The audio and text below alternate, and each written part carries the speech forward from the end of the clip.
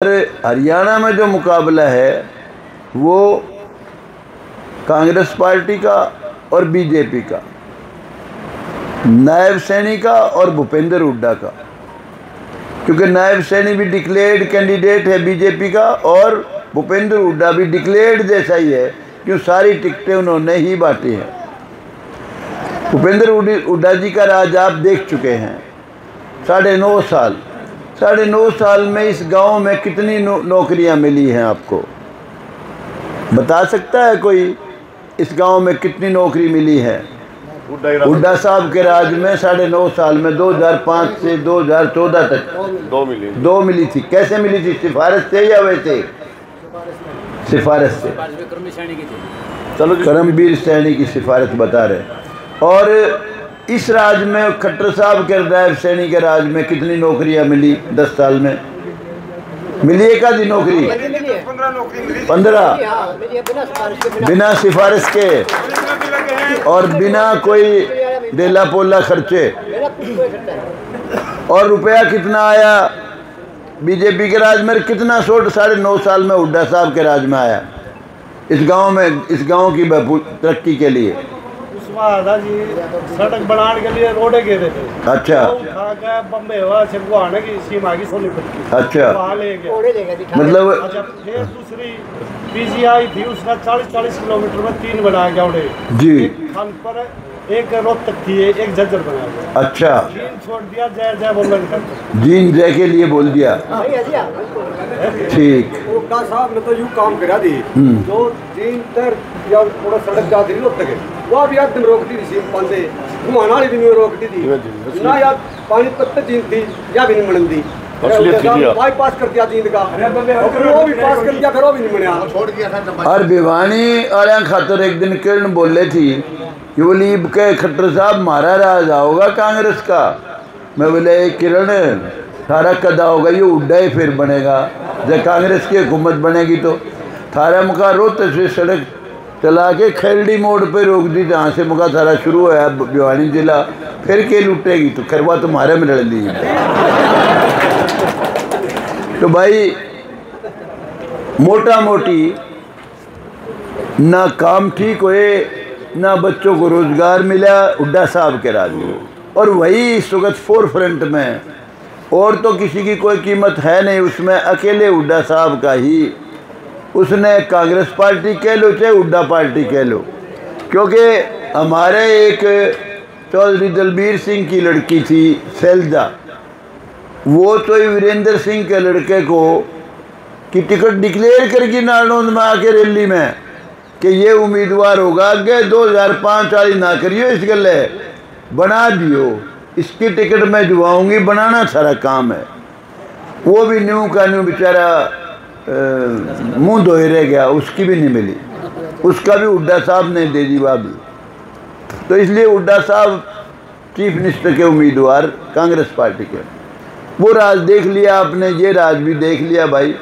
अगर आप महसूस करते हो कि ये 36 बरादरी के गरीबों की सरकार बनेगी, नायब सैनी मुख्यमंत्री बनेगा और वो चंद लोगों के भले की सरकार बनेगी और कुछ इलाके की बनेगी, तो भाई ये इस सरकार को, इसकी सरकार बनाइयो बीजेपी को। और बीजेपी की सरकार जब बनेगी, नायब सिंह सैनी मुख्यमंत्री होगा, बहुत ही गरीब घर का बालक है और सब गरीब के दुख को समझता है। ये राज भी आपने देख लिया बीजेपी का। तो आपने यही फैसला करना है कि भाई सबको हक देने वाली सरकार चाहिए या चंद लोगों का और उनका खुद का भला करने वाली सरकार चाहिए, एक बात। दूसरा, अगर आप बीजेपी की सरकार बनाओगे तो नरेंद्र मोदी जो इस देश का फरिश्ता बन के आया है भाई, उसको ताकत मिलेगी, ऊर्जा मिलेगी अगर यहाँ बीजेपी की सरकार बनेगी। तो आप देखिए क्या सम्मान था हिंदुस्तान का दुनिया की नज़र में। हमारे सरदार डॉक्टर मनमोहन सिंह बहुत काबिल प्राइम मिनिस्टर थे। उनका जब वो अमेरिका में गए तलाशी ले ली एयरपोर्ट पे, कोई छोटी बात नहीं है ये। क्या नरेंद्र मोदी की तलाशी ले सकता है कोई? जिस देश के में जाता है आंख बिछा लेते हैं, पलकें झुका लेते हैं उसका सम्मान के लिए।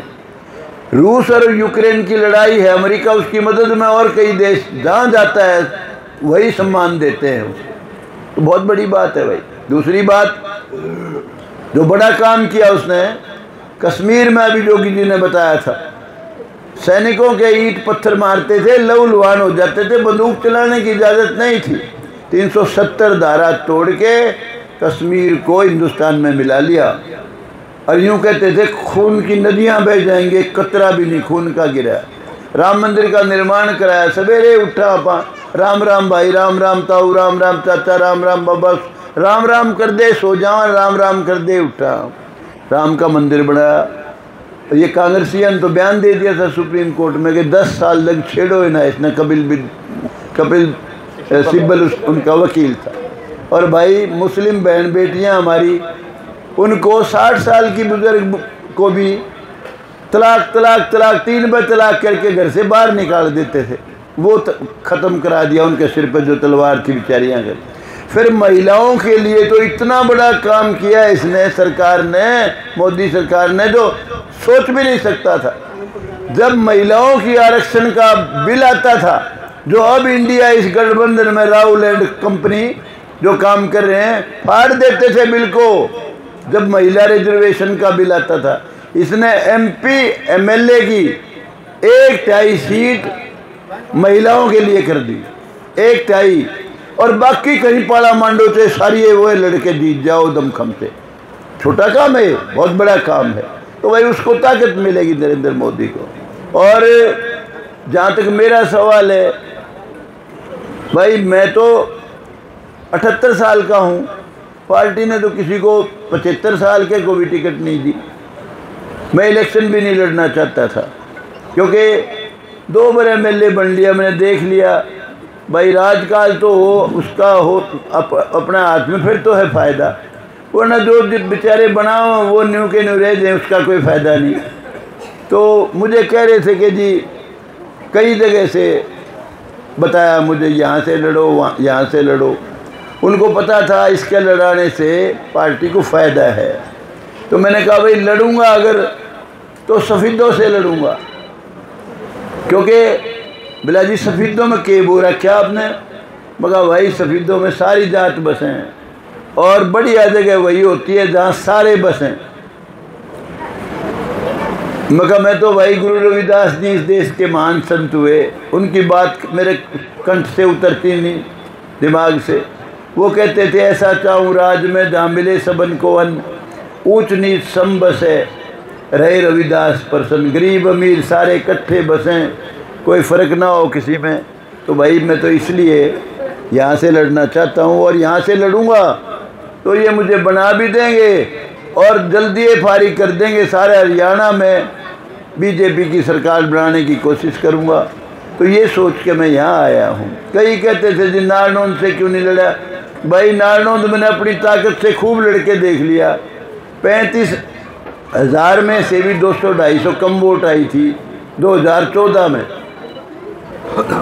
34,756 वोट आई थी।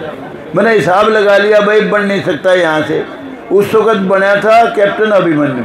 मैंने तो एक कॉलेज बनाया, एक ITI बनाई, कुछ और काम करे, लेकिन कैप्टन तो चीफ मिनिस्टर जैसा था। उसने छिकमा काम करे, उसने बहुत काम करे, 3 कॉलेज बनाए, 2 ITI बनाई, सब डिवीज़न बनाया नारनौंद।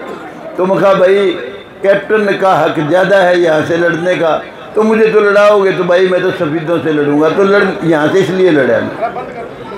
तो भाई एक बात कहना चाहता हूँ, यो गांव है कुंडुआ का। वैसे तो 36 बरादरी का गांव है, लेकिन ये कुंडुआ का है।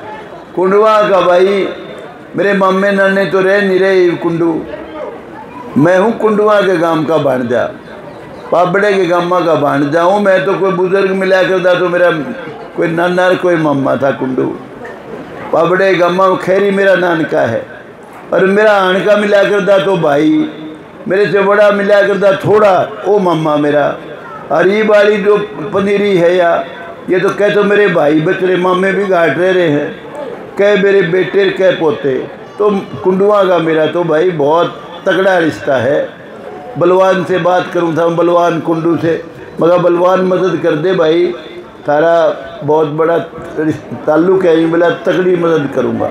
तो भाई इसलिए अरे कई लोग क्या करा करें, जात पात का नारा लाया करें। भाई जात पात कुछ नहीं होती। मेरा ये तजर्बा मेरे जीवन का 78 साल का हो गया मैं, जात कुछ भी नहीं होती, ईमानदारी से कहता हूँ मैं। यूँ बताओ भगवान ने जात बनाई है कि नारी नारी? बताओ किसे जाट की नारी पहचान करी, ब्राह्मण की करी, तुम्हार की अलग पहचान करी? कोई बता सकता है बाहर निकलते जो जिसको नहीं जानता किस बरादरी का है? अगर भगवान ने जात बनाई होती तो किसी का पुंजड़ लावे, किसी का खुर न्यारा करे, किसी का सींग न्यारा लावे, नहीं, पशुओं की बनाई थी जात अलग। हाथी के न्यारी पहचान, शेर की न्यारी। तो भाई जात अपनी सबकी एक है, हम सब एक पिता की संतान है, सबका खून एक है। जब मेडिकल करावा तो AB- सारा सौदा एक ही होता है। तो जात पात के चक्कर में ना पड़ियो। मेरा तजुर्बा, जात हाँ है दो, उसमें रोड़ा नहीं है, एक नहीं दो हैं। भाई किसी गरीब जाति में पैदा हो रहे हो, अगर ईमानदार है, अच्छा इंसान है, सबका भला चाहने वाला है, सबके काम आता है, और भाई अच्छे विचार हैं उसके, वो ऊंची जात का है। अगर बेईमान है, ठग है, सबके साथ ठगी करता है, चोरी चकारी करता है, अपने बाबू के भी स्वार्थ खातर गड़ासा मारे, जो अपने भाई का भी सिर तार ले, वो नीच जात का है। जात तो दो है भाई, इसलिए जात पात के चक्कर में ना पड़ियो। और जहाँ तक मेरा सवाल है, मैं इंग्लैंड का रहने वाला नहीं हूँ, मैं यही का हूँ, नारनौद का। बहुत रिश्तेदारियाँ हैं थारी, पता कर लियो। मैंने अपने जीवन में किसी के साथ भेदभाव नहीं किया, सब बरादरियों के बच्चे लगाए हैं। जिसने मेरे से प्यार किया निभाया है। और मैं 77 से इलेक्शन लड़ने लगा था भाई, मेरे साथ सारे न्यू के न्यू हैं, कुछ लोग हैं जो मेरे से अलग हुए हैं। तो दोस्तों का दोस्त हूँ, साथ दूंगा थारा पूरा। MLA बनाओगे तो हमेशा गर्व रहेगा अपने आप पे कि हमने अच्छे आदमी को MLA बनाया है। और आज तो मेरे ऐसी मूर्ति भी आ रही है कहीं तो जो मेरे खिलाफ थी, इसका मतलब वक्त पलट रहा है भाई। तो इसलिए हौसला करके हाँ एक जरूर कहूँगा, 21 तारीख तक ऐसी हवा फैला दो, सारे हरियाणा में यूं पता लग जाएगा सभी तो सीट BJP जीतेगी और राम कुमार गौतम चीफ मिनिस्टर बनेगा। तो यूं सोच लेना 21 तारीख के बाद और हल्कम बनाने खातर चला जाऊंगा। और वो तो बता ही दिया, नायब से नहीं बनेगा और के कासूरागढ़ बनेगा। एक बात और जरूर कहता हूँ, पहले खट्टर साहब से एक थोड़ी सी चूक रहेगी। मैं उनको कहता था, मैं कहा खट्टर साहब जिनने आपकी हुकूमत बनाई उनको आपने क्या दिया? उनके बच्चे बेरोजगार हैं, उनके रिश्ते भी नहीं हुए, कुंवारे मरेंगे। विधानसभा में कहा था मैंने, और वो आपने सेध देंगे। आगे भी जब अगले पाले में घोड़े भी पकड़ लेंगे आपने, कहेंगे कुंवारे मरे हैं, उतना छोड़ा नहीं गया। तो उसने अच्छा काम किया, 40 साल के बिना ब्याह की पेंशन बना दी 3000। तेरी भी हुई है ये, बोले कुंवारा याद है। लेकिन सुनो, मैंने खट्टर साहब को कहा 3000 रुपया में खट्टर साहब कोई माथे चोड़ धरे कोई नहीं, कम से कम 20-25 हज़ार की तू कर। लेकिन भाई वो तो करना चाहते थे, लेकिन उस वक्त वो चीफ मिनिस्ट्री से बदल गए, इस्तीफा हो गया उनका। नायब सैनी को क्या है? मैं कहा भाई नायब सैनी, मैं कहा पहले खट्टर साहब से चूक होगी, उनकी सोच बड़ी ऊंची थी। वो तो कहते थे जो गरीब है सबसे, जो आखिरी पायदान पे खड़ा है उसका भला करूं। बेरोजगारों के घरों के 5 नंबर उन्होंने एक्स्ट्रा कर दिए थे, बहुत ऊंची सोच थी। लेकिन मैंने कहा उनको क्या दोगे जिनने आपकी सरकार बनाई, चीफ मिनिस्टर बनाया, आगे भी बनाना चाहते हैं। कहने का कुछ ना कुछ करूंगा, पर वो उस वक्त चीफ मिनिस्टर से चले गए। फिर नायब सैनी को कहा मैंने, मगर भाई जो ये सरकार बनाओगे तेरी, उनको क्या दोगे? मगर भाई रोज़गार दोगे कि नहीं? ये बोला बिल्कुल, सरकार बनते ही पहले उनको रोज़गार दूंगा जो सरकार बनाएंगे। कार्यकर्ता छोड़ो नहीं एक भी दिन का घर में रोशनी, तेरा भी कुआरा ठीक कर देगा। हाँ, अरे 60 साल का है, ब्याह हो है, रोजगार के लिए हो जाए। तो भाई वो कहता है बिल्कुल ठीक है आपकी बात, किसी कार्यकर्ता को, किसी जो राज को बनाएंगे, मदद करेंगे, उनके बच्चों को रोजगार दूंगा, उनको रोजगार दूंगा। तो भाई बिल्कुल पूरा ताकत लगा के इस सरकार को बनाओ, आपका बहुत भला करेगी ये सरकार, सबका। और सरकार वही अच्छी होती है जो सबको सबका हक दे।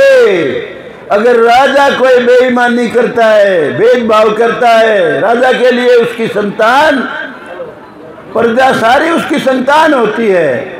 जो अपनी संतान में भेदभाव करता है वो दुष्ट राजा होता, अच्छा होता ही नहीं है। लेकिन भाई ईमानदारी से कहता हूँ, मुझे यूँ बता दो, एक मेरा ड्राइवर है, मुसलमान ना छोरा है, अमरदीन खरकपुनिया का, अब भी है मेरे साथ। मैंने सरकारी नौकरी लगवाई थी, उसको भी रिटायर हो रहा है, पेंशनर है, ये भी मेरे पास साथ ही काम करता है। वो बोला जी बार बार न्यू को है जी बीजेपी बहुत माड़ी है। अरे मगर तेरा के ले लिया ऊट? न्यू बोला जी मुसलमाना तो नफरत करे, मगर तेरे कै बालक लागे इस राज में, ईमानदारी से बता। यू बोला जी बालक तो मेरे रिश्तेदारा के 5 लागे बिना सिफारिश। पूछा किसी ने तू मुसलमान है कि हिंदू है? न्यू बोला जी ना। अरे मगर हमारे जींद का डीसी मुसलमान, हांसी का एसपी मुसलमान, आईपीएस अफसर, आईएएस अफसर, आईएफएस अफसर, सारी नौकरियां में किसी ने नहीं पूछा कि तू हिंदू है कि मुसलमान है। मेरिट से, काबिलियत से नौकरी दी है। ये मगर कई भाई हमारी बड़ी कौम वाले ये कुंडूर ये न्यू कहेंगे यो खट्टर के मांगे यार, तो मारा था नाम भी सही नहीं लेंगे खोपर। तो मैंने न्यू बताओ, एक लड़की का महिला है, हमारे राजेंद्र के लिए सर्विस करे, टीचर है। वो एक दिन इसको यूं कहने लगी राजेंद्र, हम तो सपने में भी नहीं सोचा थे हमारा लड़का डीएसपी लगेगा, जाटों की लड़की है, उसका लड़का यूं बोली, हम यूं सोचा थे कड़े सिफारिश तो हाँ यो कुकरे एएसआई सब इंस्पेक्टर भर्ती हो जाए छोरा, नहीं तो पुलिस में सिपाही लगवाना पड़ेगा किसी ने कह के। उसका लड़का मेरिट से पहले नंबर पाया डीएसपी इस लिस्ट में जो ये बाई है। और अनेक बच्चे जाटों के काबिल बच्चे डीएसपी, एचसीएस, एसडीएम बहुत बड़ी बड़ी पोस्टों में लगे, क्योंकि मेरिट से लावे है ये। तो भाई इसलिए किसी को इस सरकार के बारे में गलत सोचने की जरूरत नहीं है। जात पात का तो थोड़ी देर का झलमला है, फिर तो वो याद आओगा, पूछ लो पटवारी लाए थे को थारे जिले का भी लाया हो, तो उस वक़्त हमारे जिले का एक आधा लग गया, सारे ठोक दिए खोपड़े रोहतक जिले के। इसलिए मैं कहता हूँ सरकार ये बनाओ, सबके सिर की सरकार बनाओ, और जिसमें किसी के साथ अन्याय ना हो वो सरकार बनाओ। आपने मुझे बहुत प्यार से सुना मेरी बात को, मैं समझता हूँ समझे भी ज़रूर होगे थोड़ा बहुत, तो भाई करोगे मदद के नहीं? तो फिर देख लियो, एक बात की गारंटी दे के जाऊँ, नौकरी अगर किसी एमएलए ने 100 मिलेंगी तो 2 से घाट नहीं मानूंगा, क्योंकि मैं रिश्वत नहीं लेता हूँ, बहुत नफरत करता हूँ, मैं कमज़ोर नहीं हूँ किसी से, अपना हक लेना जानता हूँ। तो भाई जो चीज़ अगर और कहीं 50 करोड़ मिलेंगे तो हमने 100 करोड़ मिलेंगे, ये तो तुम सोच के दिमाग में रखना। और बातें तो बहुत भूल जाता हूँ, पटवारी जी बार बार आंगली लावे है क्योंकि टाइम की समय सीमा है, तो इसकी बात भी माननी पड़ेगी, गले रहे हैं मेरे। तो और तो फालतू के बतेरा कह लिया, नहीं तो ये चिंगर देगा उतर के भाग लेगा।